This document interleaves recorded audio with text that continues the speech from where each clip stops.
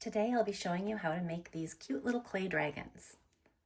It might look a little bit complicated, but when you break it down, it's a pinch pot, 2 coils, and little heart cutouts. And that's it. Okay, first thing we're gonna do is make our coils. Our prep work is a small piece of slab, ball for a pinch pot, and then just a hunk of the clay. We're gonna make our coils out of this.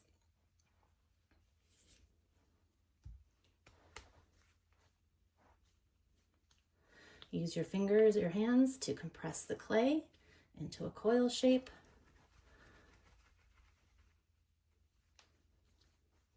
You want it to be relatively thick because the thicker the coil, the stronger the tail is going to be. If it starts to go square on you, just pick it up and massage it back into a round shape again. If it keeps going square, it probably means you're putting too much downward pressure. Lighten up that pressure and you should get a better coil. For my tail piece, I'm going to make the end of it just a little bit thinner, like we see on our dragon samples, but not too much thinner because I want to make a little forked tail. I'm going to do that right now. I use my popsicle stick and I'm just going to split that tail just like that. Okay, set that to the side.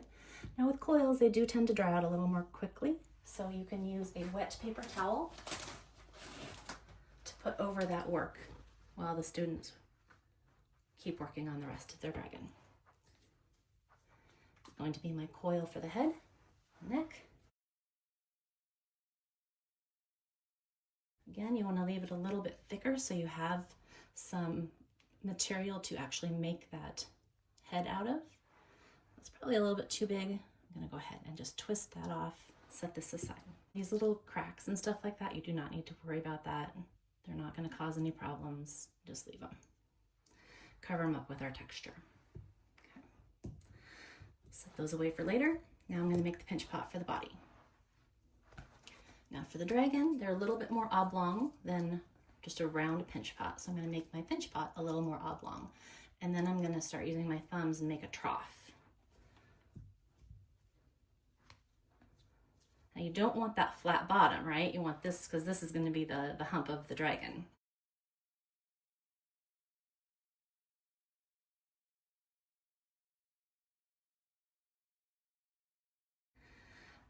Okay, give that a little tap to make the bottom flat. And then you want to make sure your ends here where we're going to attach that coil are flat. You don't want this to come to a point. Okay, now I'm going to attach my coils. Okay, get your fork. And we're going to do that regular scratch and attach technique.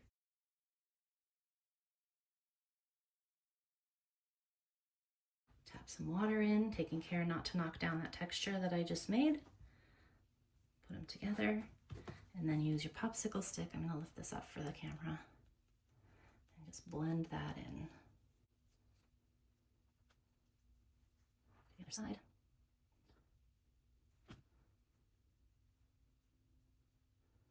Okay, there we go. And then we're going to form the head and neck later. Now we're just going to leave it just like this. We're going to attach the tail. If your coil got a little dry and is cracking as you go to fold it over, you can add a little bit of water on that outside edge to help coax it into that circular shape.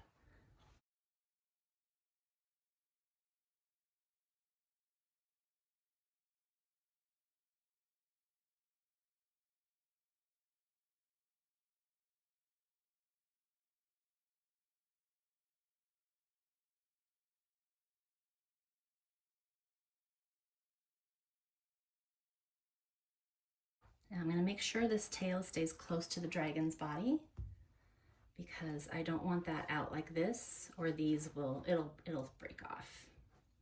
Okay. If for some reason your students are having a hard time, maybe this is separating a little bit, you can make a small coil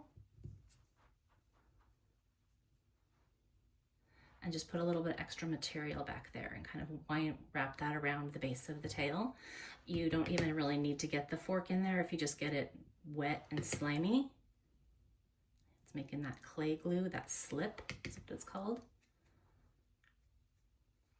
And then you can put that and reinforce that tail or neck or both.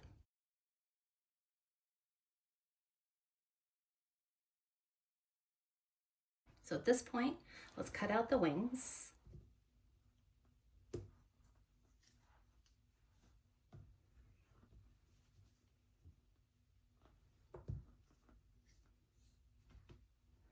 It can be shaped into a little bit more of a wing shape if somebody wants to.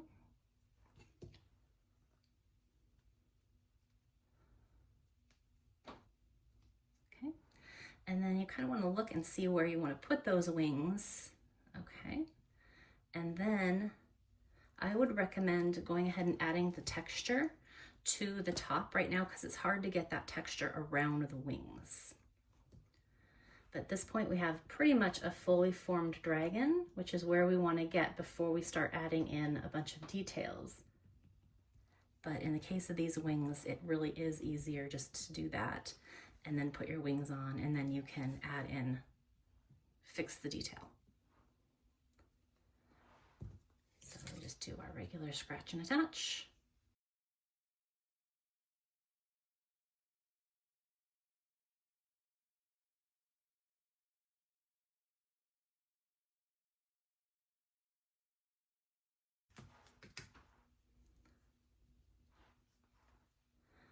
Without the water, we're not making clay glue, so that water is very important when we're adding these pieces in.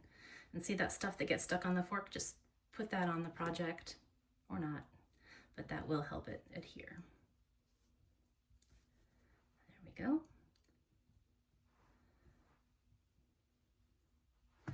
And now I can go in and finish up the detail.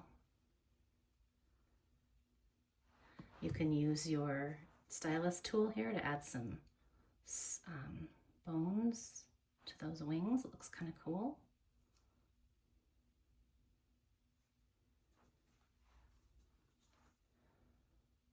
These little bits that are formed by the clay, if they're on the piece, try to just kind of knock those off or knock them down. They do get sharp when they get into that the firing stage. I'm going to turn it back into rock. There we go. Now see, my neck is starting to slump a little bit. That's fine for now. I'm going to go in, and once the details of the neck are formed, we're going to bolster that up with a paper towel.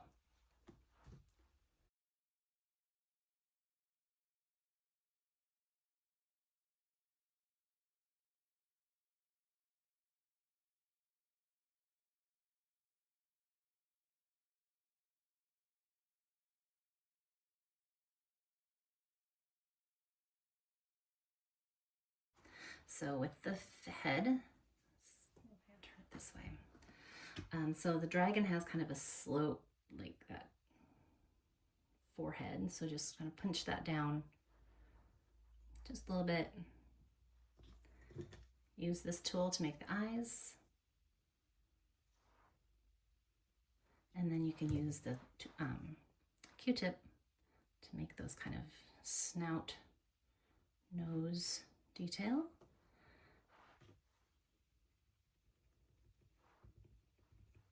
There we go. And then make sure to put the student's name on the bottom. We're going to use our paper towel to help support that neck. There you go.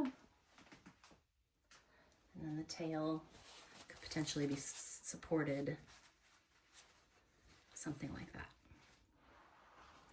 And then we leave these to dry for 2 weeks, and I will fire them and get them returned back to the classroom. Okay, a note about the coils. Like I said, they do tend to dry out, so just keep them covered with the damp paper towel. If your student has gotten their coil just way too thin, it is okay to just fold it over, maybe add a little water in there, fold it over, and squish it back together. This compressing will make the tail and the coil be safe to fire. You don't have to worry about air bubbles or anything like that. Just go ahead and mush that back together and get it the size that the student would like. There you go. And a quick note about cleanup. See how this water is still kind of cloudy? We do not want to pour that down the sink. That has a lot of clay debris in it. Just let that settle while you do the rest of the cleanup, and then come back. The water will have cleared. You can dump that clear water down the sink and then wipe out the excess clay chunks and stuff like that with the paper towels.